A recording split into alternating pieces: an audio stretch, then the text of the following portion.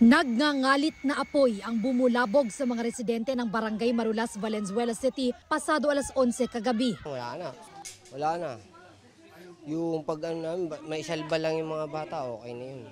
8 bahay ang natupok sa sunog na umabot sa ikalawang alarma ayon sa Bureau of Fire Protection. Nasa 8 pamilya o 40 tao ang apektado. Kababangon pa lang daw ng mga residente roon mula sa perwisyo ng baha nitong nakaraang linggo. Ngayon, sunog naman ang naminsala sa kanila. Nagtulong-tulong na ang mga residente na kumuha ng tubig sa creek para makatulong sa pag-apula sa apoy. Ayon sa BFP, sugatan ang isang binatilyong 13 taong gulang at ang kanyang babaeng kapatid na edad 10. Sa bahay umano nila nagsimula ang sunog.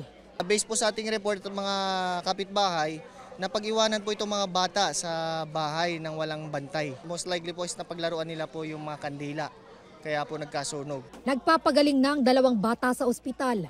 Pasado alas 12 ng hating gabi nang tuluyang maapula ang apoy. Humigit kumulang 1 milyong piso ang halaga ng pinsala ayon sa BFP.